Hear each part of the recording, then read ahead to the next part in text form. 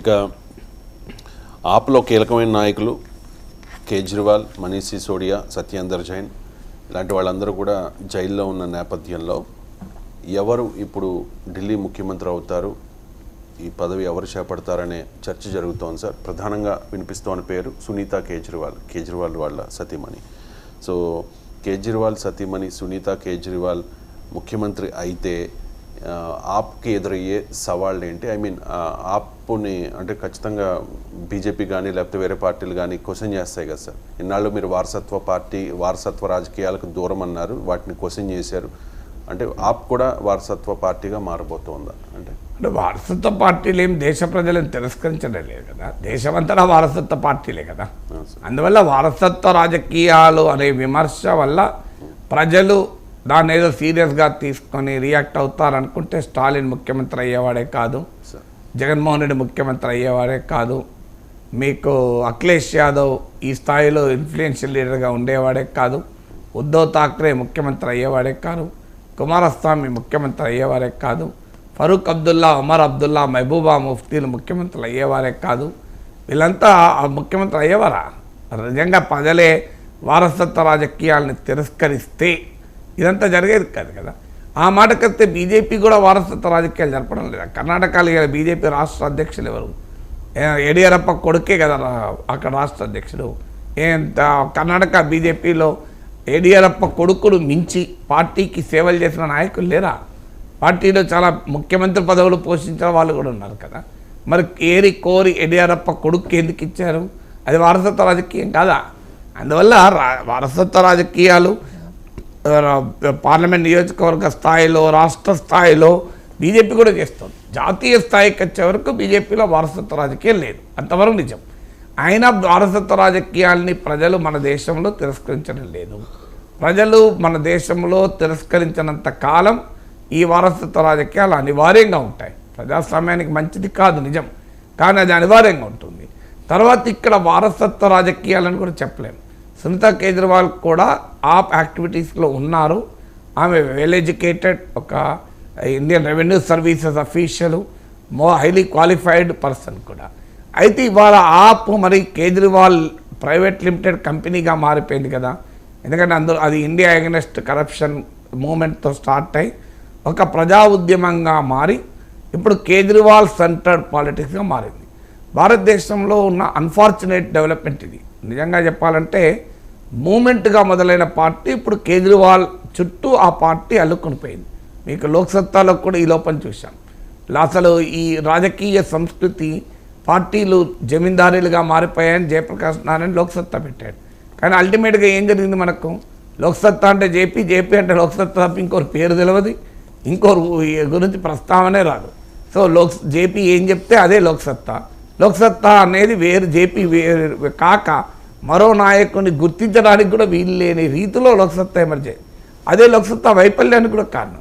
కానీ కేజ్రీవాల్ విషయంలో ఆయన చుట్టూ రాజకీయం తిరగడం ఆప్కు బలం కూడా ఇచ్చింది. ఇప్పుడు మనం ఈ వ్యక్తి ఆధారిత, వ్యక్తి నిర్మిత రాజకీయాల వల్ల నష్టం జరగచ్చు, లాభం కూడా జరగచ్చు. ఇప్పుడు దేశంలో రాజకీయ పార్టీలు మనం జాగ్రత్తగా గమనిస్తే ఆ నాయకుని చుట్టూ ఉండే జనాకర్షణ ఆ పార్టీ నిలబెడుతూ ఉంటుంది. అందువల్ల అది మంచిదా, ట్రెండ్, చెడ్డదా అన్నది కానీ రియాలిటీ అది. అందువల్ల ఇలా కేజ్రీవాల్ చుట్టూ ఆప్ నిర్మాణం జరిగింది. అందువల్ల you cannot imagine AAP without Kejriwal. And అలా ఆ రకమైన డెమోక్రటిక్ పార్టీగా you can imagine BJP without Modi also. ఎందుకంటే మోడీ ఇంత బీజేపీకి అదనంగా ఓట్లు తెస్తున్నా రేపు నరేంద్ర మోడీ పార్టీలో లేనప్పుడు అట్లా పరిస్థితి రాదు. ఉదాహరణగా చెప్తున్నా, బీజేపీ ఇంకో నాయకుని ఎన్నుకుంటుంది. ఎందుకంటే ఆ పార్టీ నిర్మాణము, స్ట్రక్చరు, ఐడియాలజీ దానికి ఒక ప్రాతిపదిక ఉంది.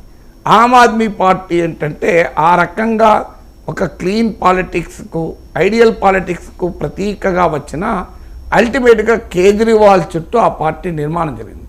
పంజాబ్లో కూడా ఎన్నికలు జరిగితే భగవత్ సింగ్ మాన్ పైన రెఫరెండం కాదు, అది కూడా కేజ్రీవాల్ పైన రెఫరెండంగా మారింది. అందువల్ల ఇలా కేజ్రీవాల్ జైలుకి వెళ్తే ఆ రకంగా అటు ప్రభుత్వాన్ని ఇటు పార్టీని సమన్వయం చేసి ప్రజల మద్దతును చూరగొనగలిగే నాయకులు ఎవరు అన్నది ఇప్పుడు సమస్యగా మారింది. ఆ స్థాయిలో కేజ్రీవాల్కు ఈక్వల్ స్థాయిలో నాయకులు లేరు. ఉన్న డిప్యూటీ కాస్త మనీష్ సిసోడియా కూడా చాలా కాలంగా జైల్లో ఉన్నాడు. పోనీ ఇప్పుడు వేరే మంత్రులు అతీషి, సౌరభ్ భరద్వాజ్ లాంటి వాళ్ళు ఉన్నారు. వాళ్ళని ఎవరినైనా ముఖ్యమంత్రులు చేస్తా అంటే వాళ్ళను కూడా జైలుకు పోయే ప్రమాదం ఉంది. ఇవన్నీ నేను ఆల్రెడీ అతీష్ ప్రకటించింది, మేము మరో 4 నేతలు తనతో సహా సౌరభ్ భరద్వాజ్, రాఘవ్ చెద్దా, పాతక్ ఈ 4 కూడా జైలుకు పోతాము, మమ్మల్ని కూడా ఈ ఎన్నికలకు ముందే జైలుకు పంపుతారు అని అతీషియే ప్రకటించింది. అందువల్ల ఇప్పుడు ఎవరినైనా సీఎం చేస్తే మళ్ళీ వాళ్ళను కూడా ఈడీ జైలుకు పంపచ్చేమో అనేటువంటి అనుమానం కూడా ఆప్ నాయకత్వంలో ఉంది. సునీత కేజ్రీవాల్కి అయితే ఆమె ఇప్పటిదాకా గవర్నమెంట్ సిస్టంలో లేదు కనుక ఆమె ఢిల్లీ లిక్కర్ స్కామ్ విషయంలో ఆమె పైన ఆరోపణలు చేసే అవకాశం లేదు. ఎందుకంటే ఇప్పుడు అతీషి, సౌరభ్ భరద్వాజులను వాళ్ళు మంత్రులుగా ఉన్నారు కనుక వారికి కూడా ఈ స్కామ్లో భాగస్థం అనొచ్చు. ఎందుకంటే నిన్న ఈడీ మా కేజ్రీవాలే చెప్పాడు, తనకు కాదు విజయ్ నాయర్ రిపోర్ట్ చేసేది, ఈ స్కామ్లో ప్రధాన నిందితుడు అతీషి అండ్ సౌరభ్ భరద్వాజ్ రిపోర్ట్ చేస్తారు అని కేజ్రీవాల్ చెప్పినట్టుగా వచ్చింది. అందువల్ల వాళ్ళు మంత్రులుగా ఉన్నారు కనుక లింక్ చేయొచ్చు. సునీత కేజ్రీవాల్ ప్రభుత్వ వ్యవస్థలోనే లేరు కనుక ఆమెని ఢిల్లీ లిక్కర్ స్కామ్లో అరెస్ట్ చేసే అవకాశమే లేదు. అందువల్ల బహుశా ఢిల్లీ లిక్కర్ స్కామ్ వేటు ఉచ్చు బిగించకుండా ఉండేందుకు ఆప్ నాయకత్వంలో రేపు పార్లమెంట్కి వెళ్ళడం కూడా ఒక ఉద్దేశం, పార్లమెంట్ ఎన్నికలకు వెళ్ళడం. ఆ తర్వాత అసెంబ్లీ ఎన్నికలు ఉన్నాయి. అసెంబ్లీ ఎన్నికల వరకు కూడా ఈ వీళ్ళు జైల్లో ఉన్న కేజ్రీవాల్ బయటకు వస్తారో లేదో తెలియదు. అందువల్ల రేపు అసెంబ్లీ ఎన్నికలకు కూడా పార్టీని సమాయత్తపరచాలి. ఒకవేళ వేరే నాయకుడిని ఎవరినైనా పెడితే ఆ నాయకుడు ఆ ఆప్ను ఐక్యంగా ఉంచగలడా అనేటువంటి ప్రశ్న కూడా ముందుకు వస్తుంది. అఫ్కోర్స్ ప్రత్యర్థుల ఆరోపణ ఏంటంటే అరవింద్ కేజ్రీవాల్ వేరే వాళ్ళు ఎవరు నమ్మడు, నమ్మితే వాళ్ళను గనక సీట్లో కూర్చుండబెడితే వాళ్ళు ఏకమేకై కేజ్రీవాల్ బయటకు వచ్చే టైంకు రాజ్యం నాదే అనొచ్చు కదా అనేటువంటి పాండవులు వనవాసం నుంచి తిరిగి వచ్చే వరకు దుర్యోధనుడు నాదే అన్నాడు కదా సామ్రాజ్యం, 5 కూడా ఇవ్వని అన్నాడు కదా. అలా ఎవరైనా కేజ్రీవాల్కు పోటీగా ఎమర్జ్ అవుతాడేమో అన్న అనుమానం పైనే భార్యను తీసుకొస్తున్నాడని ప్రత్యర్థుల ఆరోపణ. అది ఎంత నిజమో నేను నిర్ధారించలేను, కొట్టిపారేయలేను.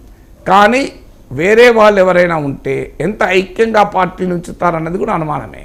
అందువల్ల రేపు ప్రజలు కూడా వాళ్ళని రిసీవ్ చేసుకోవాలి. ఎందుకంటే కేజ్రీవాల్ ఒక ఢిల్లీ ముఖ్యమంత్రి కాదు, ఆప్కు నేషనల్ కన్వీనర్. అందువల్ల ఆప్కు ఓటు వేస్తే ప్రజలు కూడా యాక్సెప్ట్ చేయాలి. మన దేశంలో ఎవరికి నచ్చినా నచ్చకపోయినా భార్య, కొడుకు, కూతురు అంటే జనం యాక్సెప్ట్ చేస్తున్నారు కదా. మనకు రాజశేఖర రెడ్డి కొడుకు అంటే జగన్మోహన్ రెడ్డి యాక్సెప్ట్ చేయలేదా? కరుణానిధి కొడుకు అంటే స్టాలిన్ యాక్సెప్ట్ చేయలేదా? ములాయం కొడుకు అంటే అఖిలేష్ని యాక్సెప్ట్ చేయలేదా? అందువల్ల మన దేశంలో బాలాసాహెబ్ ఠాక్రే కొడుకు అంటే ఉద్ధవ్ ఠాక్రేని యాక్సెప్ట్ చేయలేదా? లాలూ కొడుకు అంటే తేజస్వి యాదవ్ని యాక్సెప్ట్ చేయలేదా? ఇన్ని ఉదాహరణలు ఉన్నాయి కదా. అవునన్నా కాదన్నా మన దేశంలో ప్రజల సాంస్కృతిక భావన అది. అందువల్ల సునీత కేజ్రీవాల్ పెడితే ఒకటి పార్టీని ఐక్యంగా ఉంచవచ్చు, ఈడీ అరెస్ట్ చేస్తానికి అవకాశం లేదు, లిక్కర్ స్కామ్ లింక్ చేయలేరు, ప్రజల్లో కూడా సానుభూతి వస్తుంది, భార్య వచ్చి జనం దగ్గరికి వచ్చి ఓట్లు అడిగితే. ఇలాంటి ఫ్యాక్టర్స్ అన్నీ ఉన్నాయి కనుక ఆప్ సునీత కేజ్రీవాల్ ముఖ్యమంత్రి అని ఆలోచిస్తున్నట్టు కనపడుతుంది. Right sir.